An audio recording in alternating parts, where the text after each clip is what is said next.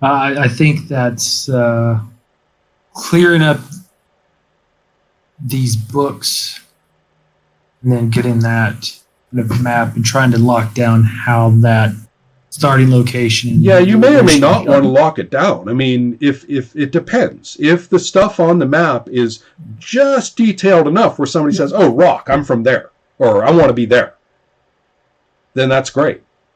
And you don't have to have a mechanical connection. Or if you want, because your character creation is quite detailed, you could want a choice of the upbringings actually restrict choices about where you're from. In some cases, some not, some yes. And then that way, when I pick a variety of upbringings, I might come up with a combination where I have like almost the whole world to choose from. Or I might have a combination of upbringings where I dude, you have to be from there. Yeah, I see. So it's so with that kind of thing, that actually kind of seems attractive to me, because I'm a little exhausted after coming up with choosing the upbringings. That's a very significant set of choice. It's almost paralyzing. And if I can let the system coast me a little bit into my choices for where I'm from, that's kind of a bonus. It's like, good, it'll take care of me here. It'll lock me into the setting a bit. I might be able to choose one, a few, but at least I'm not looking at the whole map going, oh my God.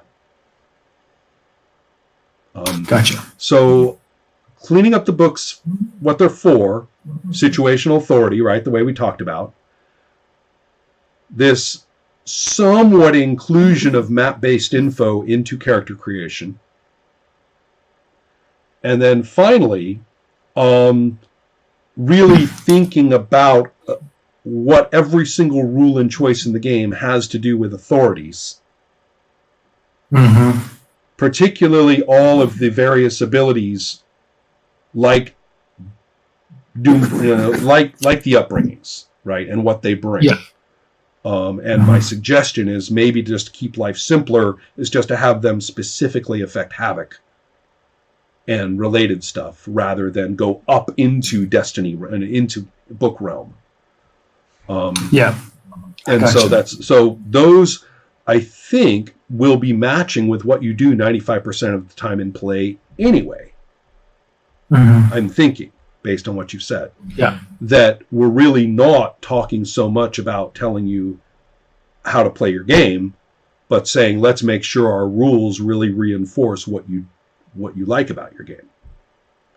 Right. And knowing when and how I have agency all the time as a player. Knowing when and how I have agency some of the time as a player. And when I say agency, I'm talking about a specific kind of authority.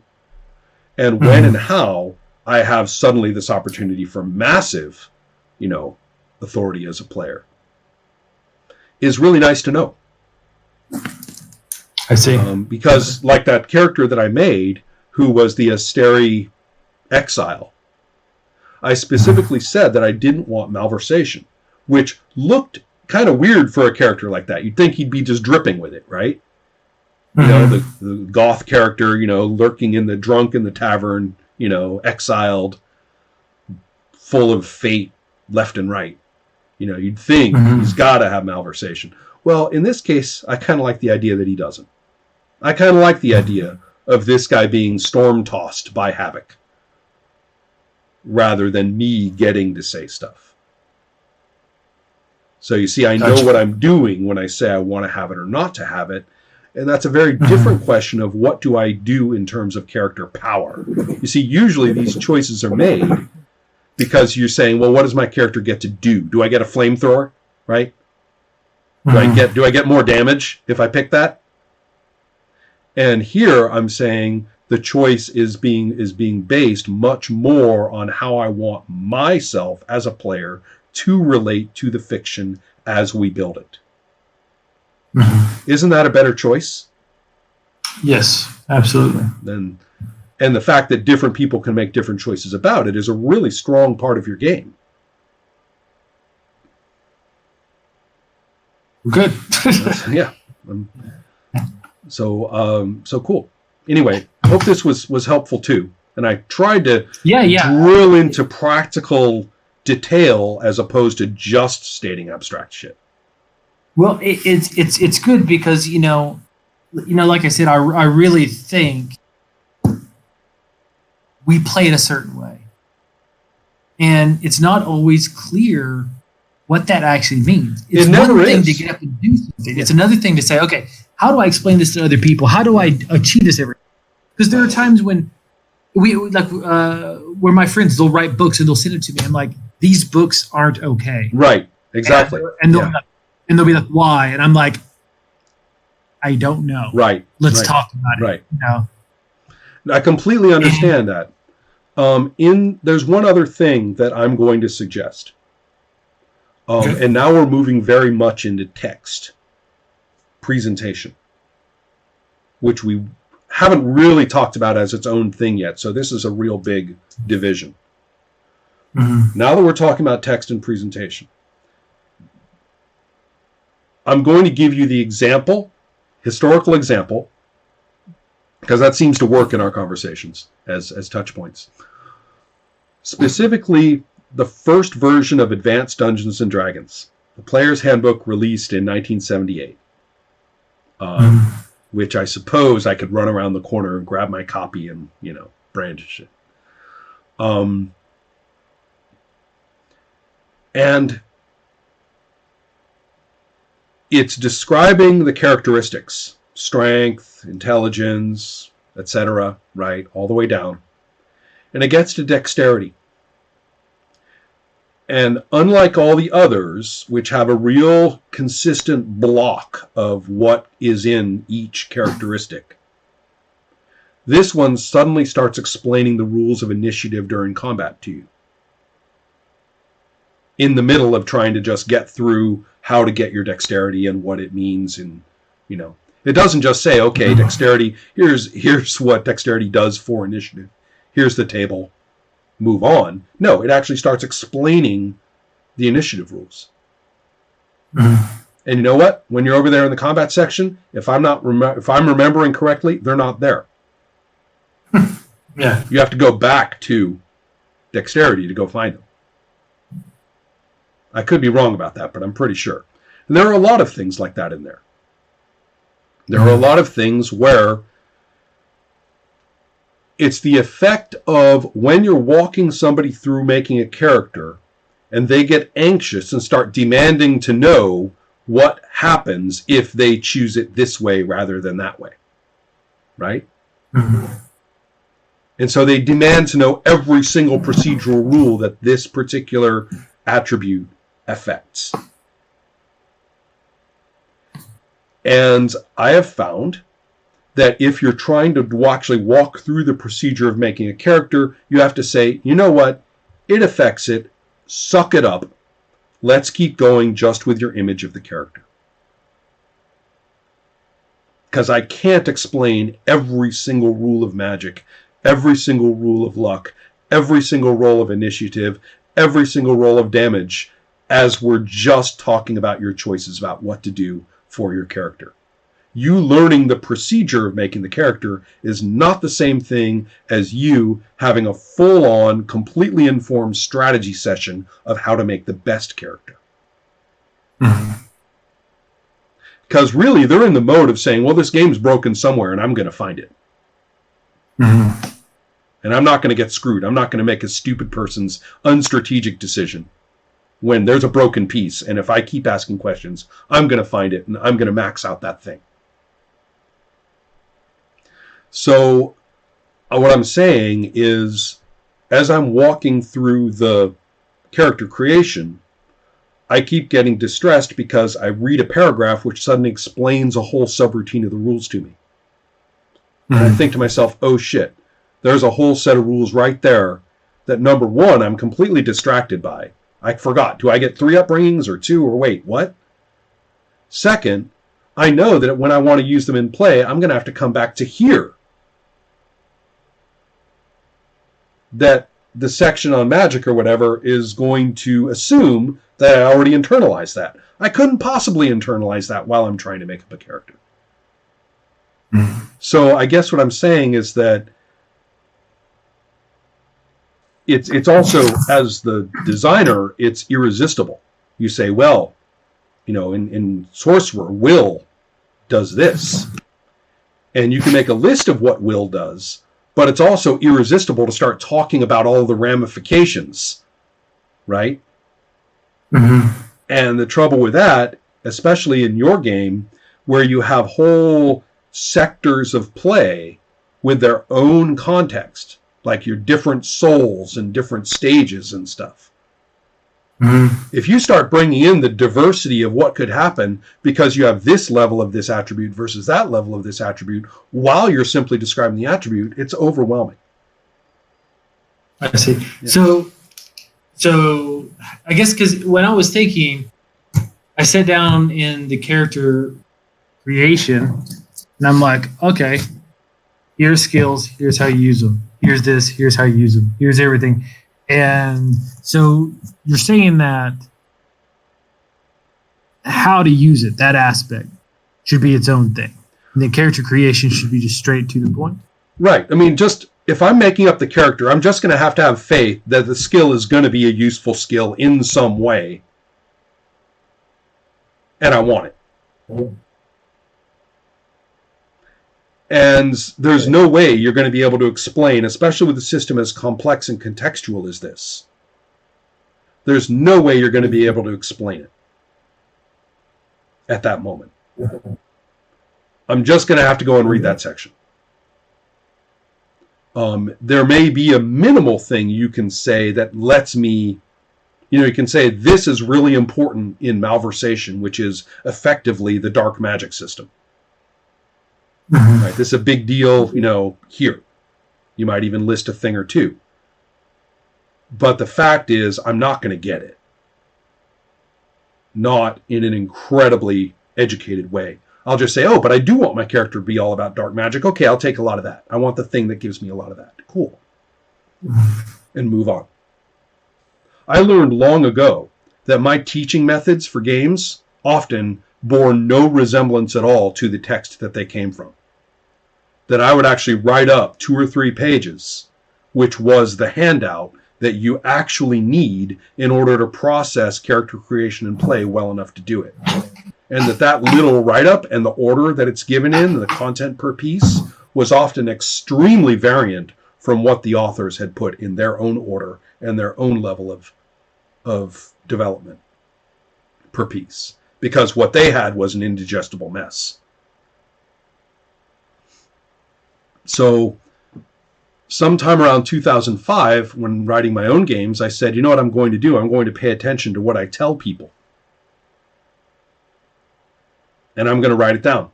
At the end of every playtest, I'm going to say, this is what I presented. In fact, I'll even have a document that I use for that playtest.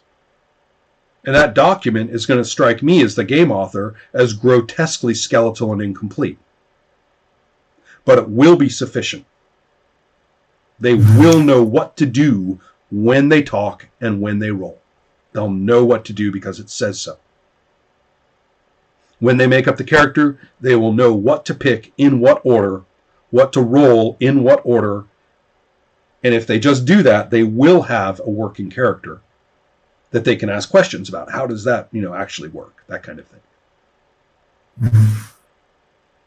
And that document is going to, again, strike me as skeletal, incomplete, and grossly unrepresentative of what a genius I am.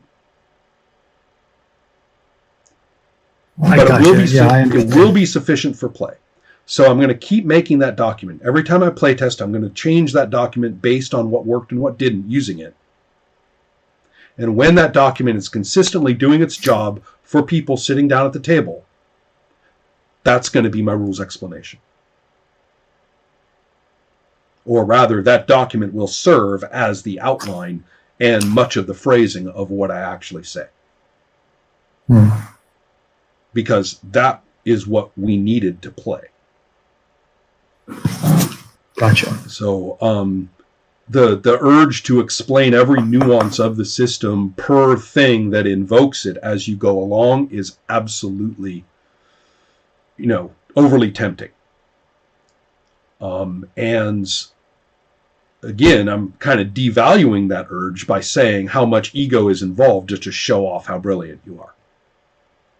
If the subroutines of play get you there eventually as needed, that might be good enough.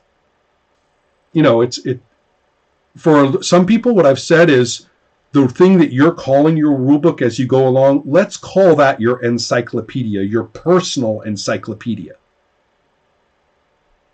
But when it comes to actually writing the text that a person encounters, start from scratch and go to your playtest documents to be your guide, not your encyclopedia. Now draw from your encyclopedia and put it in the right place, recognizing that something way down the road isn't what they need at the start when they're trying to make up characters. The new Doomsmith is trying to figure out what the hell they do. So this is very much a work in progress. Nobody to date, nobody has solved the problem for biology textbooks of introducing everything,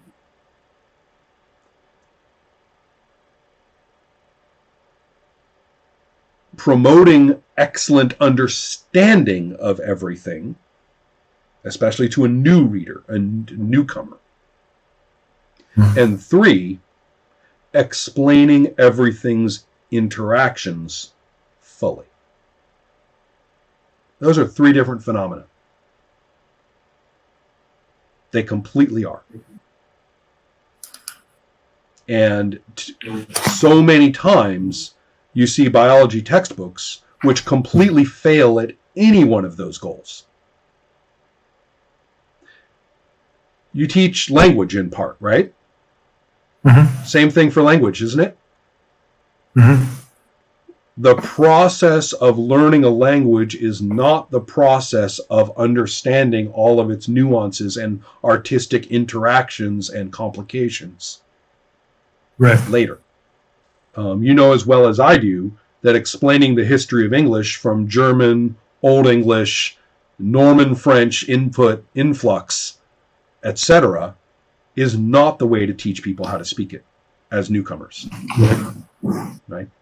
And that understanding things like, you know, I'm thinking of Spanish and Arabic, the way that native speakers, when they first learn English, when they try to use the past tense, they'll say something in English which is very much like, why you did this. I mean, whereas the English for construction is, why did you do this? There's no reason for, I mean, English is very weird that way, right? It uses a lot of words to create the past tense. There's no reason why we couldn't say, why you did this, or why did you this? And even Old English does do that. Why did you this is actually pretty good Old English. But modern English doesn't do that. So the Spanish speaker, the Arabic speaker coming in has to be told, no, you don't say, why did you this? Or why you did this. Even though it makes perfectly good sense to you that it should make sense, it doesn't. The English speaker will think you're insane, and you simply say, why did you do this? If they say why, you say, because. Because I'm instructing you that you need to be understood, and this is how you will be understood. That's why. That's very different from an explanation, isn't it? Right, yeah. But you know as well as I do that if you get stuck in those explanations as teaching English, nobody in your class is going to know how to say a damn thing. That's right. So it's the same thing with role-playing and rule books. And at least English teaching, or teaching language, has figured this out, right? Role-playing game designers and publishers haven't. So I guess draw on your skills, right? Draw on your explanatory and your teaching skills and say, for the part that I'm writing that's teaching text, make it teaching text. And sometimes you need to explain a little, and other times you know you better not. Right. Yeah, you mentioned like before, writing to excite, to instruct. Right. To this is related explain, to that. Yeah. It just struck me that you know what you're doing when it comes to teaching real people, real things, and this has precisely the same conundrum at its heart. I see. Yeah, absolutely. That makes sense. Yeah. Cool. I'll see you later. All right. See ya. Thanks.